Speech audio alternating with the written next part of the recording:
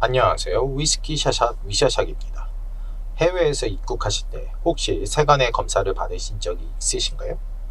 아니면 세관 검사 때문에 걱정이 많이 되시나요? 이 영상으로 그 찝찝함을 없애드리겠습니다. 구독과 좋아요 부탁드립니다. 대한민국 주세, 그러니까 주류세가 너무 강해서 너무 세서 사오기만 해도 이득이기 때문에 해외여행을 가면 무조건 사오는 게 술, 그러니까 위스키잖아요.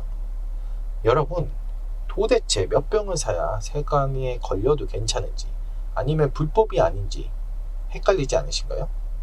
저는 너무 헷갈린데요. 이번에 개편이 되면서 병수 제한이 없다고 하니 10병 아니 20병도 가능하게 되었습니다. 따라서 2리터 이하 400불 이하면 몇 병을 사도 상관이 없다는 말이죠. 다시 말해서 좀 더 보여드리면, 이전에는 2병 기준이었지만 이제 병수 제한이 없어졌기 때문에 3월 22일부터, 그러니까 지금부터라도 여러분 해외여행 가실 때 작전을 잘 짜셔서 위스키나 술을 사오시면 좋으실 것 같습니다. 극단적인 예시를 하나 말씀드리면은 탈리스커 10년 200ml짜리가 일본에서 약 2,400엔에 팔고 있거든요. 이거를 10병 사면은 2,400, 24,000엔이 되고 약 168불입니다. 400불 이내로 가격 제한에 오케이고, 용량도 2리터이기 때문에 용량 제한에 걸리지 않습니다. 따라서 입국 시에 전혀 문제가 되지 않는 거죠. 하지만 그래도 여러분 헷갈린 것들이 있죠. 동반자와 같이 입국할 경우, 용량이 잠깐 살짝 초과한 경우, 이런 경우가 있는데요. 자, 먼저 예를 들면 동반자가 있는 경우 예시로 2명이 가면 어떻게 될까요? 흔하게 실수하는 것 중 하나인데요. 2명이니까 400불 곱하기 2 해서 800불, 2리터 곱하기 2 해서 4리터, 이렇게만 생각하셨나요? 예로 야마자키 12년 카발란 피노 4병을 샀다고 가정해 보겠습니다. 3.5리터로 용량 제한 괜찮고 800불 괜찮고, 그러니까 이제 세관에서 세금을 받을 일이 없겠네 라고 생각하실 수 있는데, 이것이 아닙니다. 보시면은 한 명은 야마자키 한 병, 피노 한 병으로 계산이 돼서 세관의 관세 대상이 아닌데요.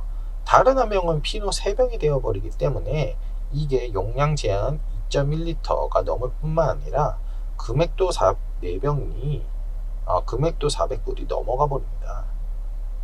따라서 원칙적으로 관세 대상이 되어버리는 거죠. 예로 한 병 야마자키 12년 피노 2병이라고 해도 관세 대상이 되어버립니다. 하지만 대부분 상습범이 아니기 때문에 관세 직원분들께서 봐주시는 경우가 대부분일 것 같습니다. 저도 그런 적이 많았기 때문이죠. 하지만 원칙적으로는 정부 관세 대상이니 이 점을 꼭 인지하시고, 성인이시니까 이런 리스크는 알아서 책임지시면 되실 것 같습니다. 추가적인 꿀팁을 하나 더 드려보고자 하는데요. 한 명 캐리어에 몰빵하는 경우입니다. 혼자 가지 않고 여러 명이 가면 보통 한 명 캐리어에 몰아넣잖아요. 왜냐하면 그분이 주로 위스키를 사기 때문이죠. 이 경우에 어떻게 될까요? 참, 제가 하나 팁을 말씀드리면, 한 병의 경우 안전하게 2kg 정도라고 생각하시면 됩니다.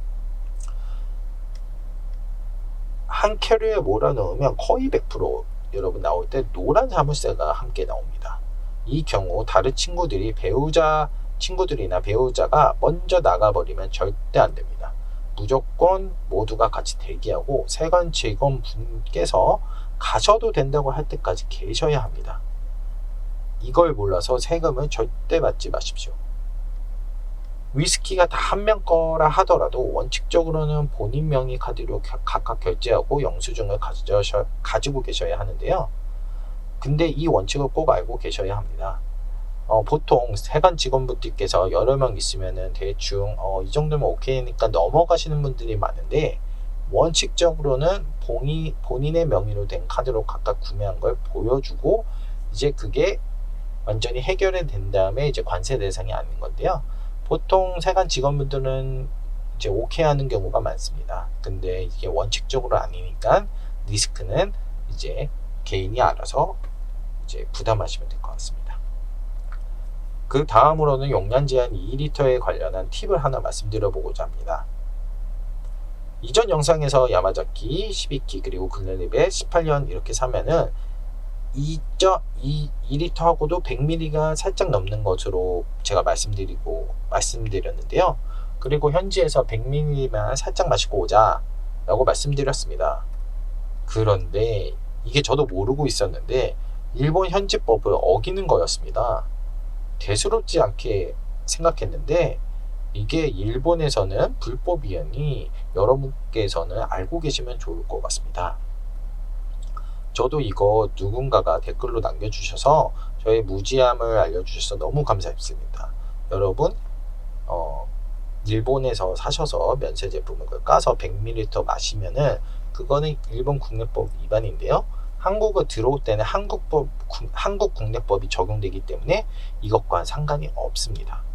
따라서 여러분들 100ml를 마셔도 되긴 되는데 원칙상으로는 안 되는 겁니다.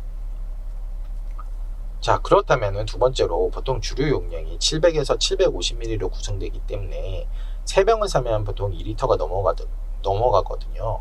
따라서 안전하게 500ml짜리 하나를 딱 준비해 두면은 정말 괜찮습니다.